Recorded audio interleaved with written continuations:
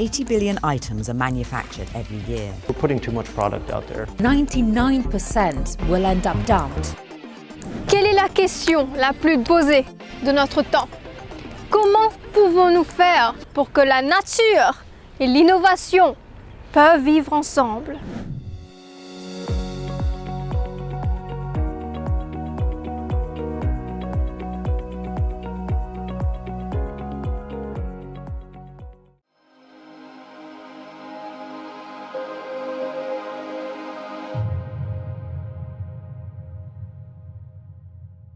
Le développement a causé du tort à notre mère nature. Saviez-vous que les matières utilisées pour fabriquer des vêtements sont l'une des principales causes de pollution de l'environnement? Selon la BBC, l'industrie de la mode est responsable de 8 à 10% des émissions mondiales de carbone et de près de 20% des eaux usées. La solution? Adaptons-nous au slow fashion. Aujourd'hui, je me trouve dans un magasin spécialisé dans le renouvellement de vêtements.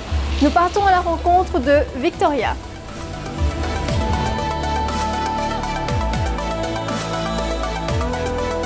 Alors, je suis Victoria Devaux, je suis une des coordinatrices du mouvement citoyen Zero Waste Mauritius depuis environ 2018.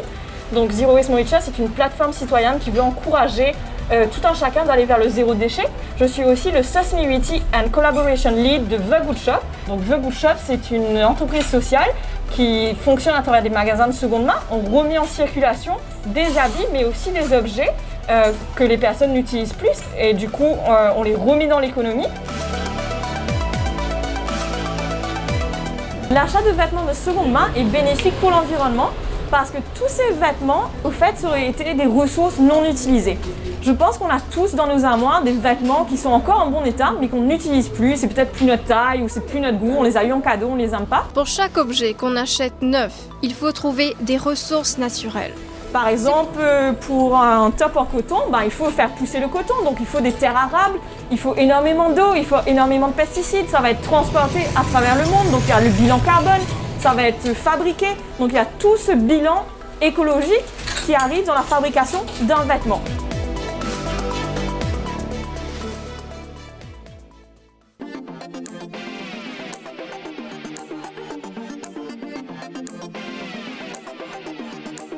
Pourquoi sauvegarder des ressources naturelles? Alors, il y a quelque chose qui s'appelle le jour du dépassement, c'est calculé par une ONG américaine et c'est le jour de l'année à laquelle on a fini d'utiliser toutes les ressources qui peuvent se régénérer en une année. Jour du dépassement, en ce moment, c'est à la moitié de l'année. L'année dernière, c'était en juillet. Ça veut dire qu'à partir de juillet, on est en train de vivre à crédit sur Terre. C'est pour cela qu'acheter en seconde main est une démarche écologique.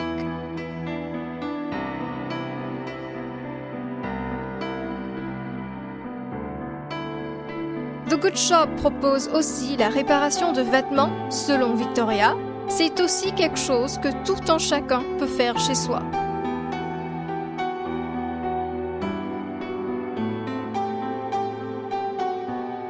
Donc surtout à Maurice, on sait que nos déchets, s'ils ne sont pas recyclés, vont à Marchicose.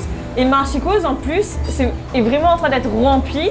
Donc pour le textile, c'est vraiment d'éviter qu'il ne devienne un déchet pour éviter qu'il parte à Marchicose.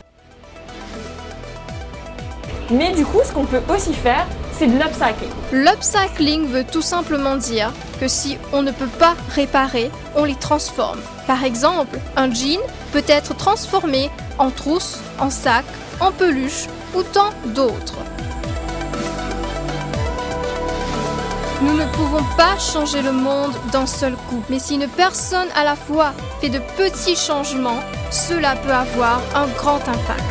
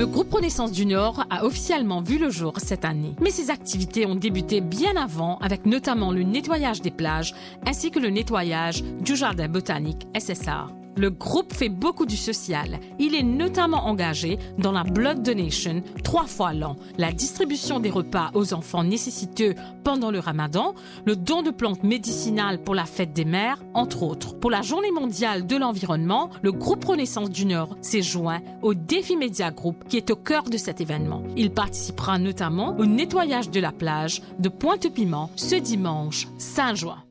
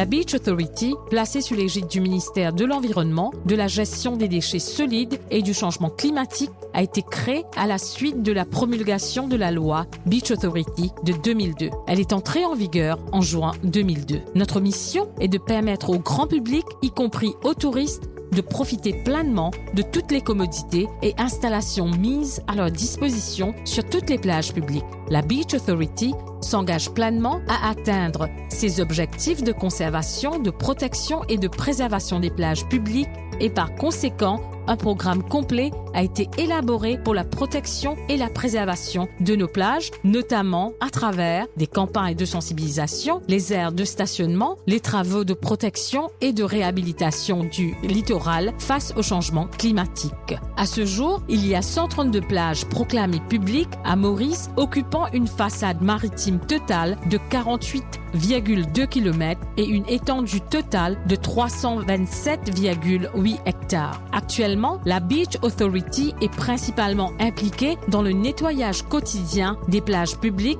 grâce à la main-d'œuvre interne et au suivi des services de nettoyage contractuels. Elle intervient également dans la construction et l'entretien d'équipements tels que les blocs sanitaires, les kiosques, open showers, parkings, foyers et la fourniture d'éclairage. Entre autres, la Beach Authority a défini des paramètres et des critères pour les activités commerciales sur les plages publiques et a fourni un moyen de subsistance à de nombreuses familles grâce à la délivrance de Beach Traders License à des commerçants sur les plages publiques tout en accordant l'autorisation d'utiliser les plages publiques pour des activités spécifiques d'une nature commerciale et non commerciale. En ce qui concerne Rodrigue, il y a 12 plages proclamées publiques occupant une superficie de 28,2 hectares. La Beach Authority Act a été récemment modifiée et approuvée par l'Assemblée nationale le 24 mai 2022. L'objet principal est de modifier la loi sur l'administration des plages afin d'élargir les fonctions et les pouvoirs de l'autorité en matière de la gestion et le contrôle des plages publiques dans les îles comprises dans la République de Maurice.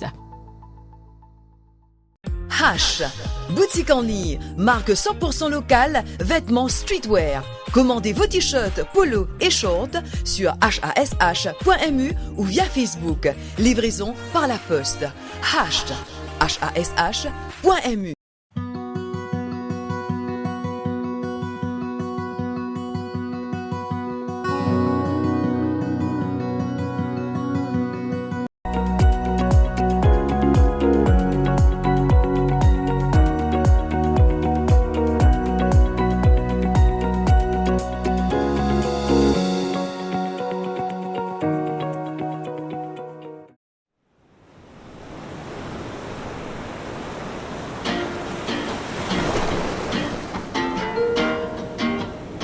Comment combattre la pollution plastique ?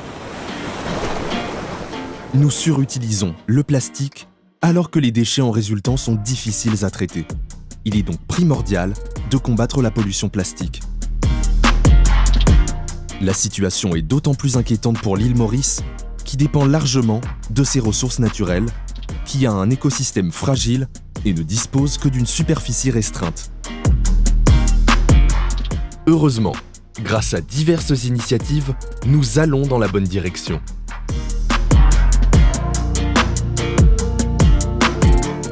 Il est néanmoins essentiel que chacun aille aussi en ce sens en adoptant des gestes réfléchis et pas si difficiles que ça à appliquer. Moins on aura recours au plastique, mieux on combattra la pollution. Que faire chez nous, dans les lieux publics et de travail ou lors du shopping ? On réduit, à la source même, notre consommation de produits à emballage jetable ou à suremballage, et aussi les vêtements synthétiques. On choisit les emballages biodégradables et compostables, les sacs réutilisables, les contenants en verre. Et on réutilise les objets en plastique. On ne jette pas de déchets plastiques dans la nature. Mieux, on la nettoie. Parce que c'est l'origine de la majorité des déchets qui se retrouvent dans les rivières et dans la mer. On rapporte chez soi ces déchets pour en disposer correctement. On préfère les productions qui limitent le gaspillage des ressources et la production de déchets et qui favorisent l'économie circulaire et le durable. Pour offrir un meilleur avenir à la Terre et l'humanité, chaque geste compte. C'est le sujet de notre prochaine vidéo. Une initiative de l'ONG Mission Verte, avec le soutien de nos partenaires.